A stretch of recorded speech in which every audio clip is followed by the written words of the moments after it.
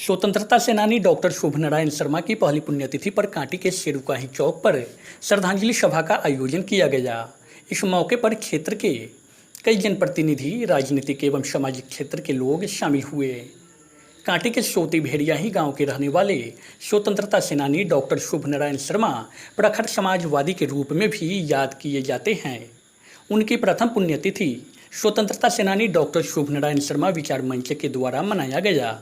इस मौके पर उनके पौत्र चितरंजन शर्मा ने बताया कि अपने दादा स्मृति शेष डॉक्टर शुभ नारायण शर्मा से आज़ादी की गौरव गाथा सुनने को मिला था।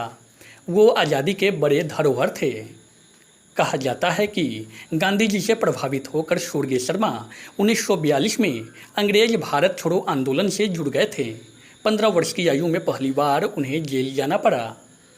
बता दें कि पिछले वर्ष ही 91 वर्ष की आयु में उनका निधन हुआ था। राजकीय सम्मान के साथ उनका अंतिम संस्कार किया गया था। प्रथम पुण्यतिथि के अवसर पर कांटी प्रमुख कृपा शंकर शाही ने कहा कि डॉक्टर शुभ नारायण शर्मा हमारे क्षेत्र के धरोहर थे। उनकी प्रतिमा प्रखंड परिसर में स्थापित किया जाएगा। पूर्व मुखिया सुदर्शन मिश्रा ने कहा कि आज़ादी की लड़ाई में शामिल डॉक्टर शुभ नारायण शर्मा के देशभक्ति की चर्चा जिला सहित पूरे प्रदेश में होती है। उनके गांव से होने का गौरव लोगों को सम्मान दिलाता है।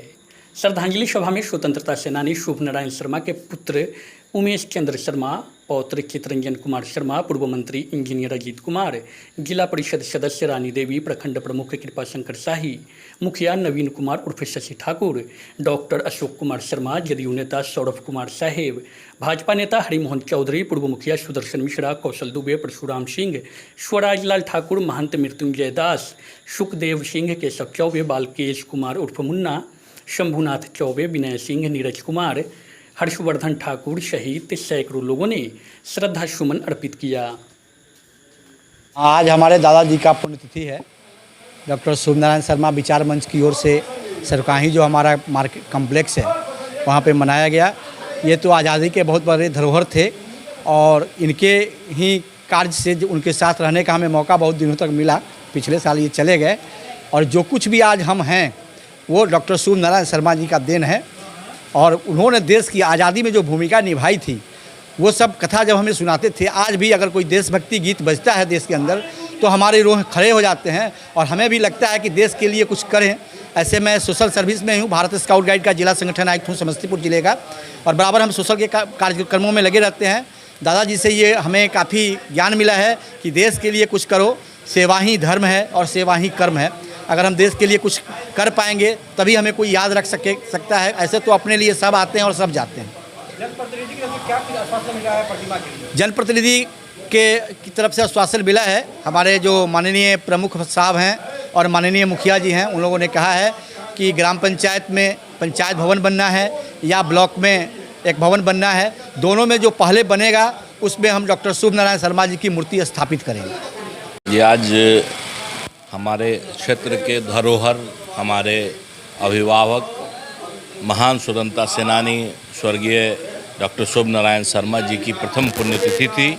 हम लोग यहाँ पर अपनी श्रद्धा सुमन अर्पित करने वहाँ आए थे, अपनी भावभीनी श्रद्धांजलि अर्पित करने वहाँ आए थे और हमने उनके विचारों को जानने का प्रयत्न किया, उस पर मंथन करने का प्रयत्न किया और आगे उनके बताए रास्ते पर कैसे चलना है इस पर मंथन हो।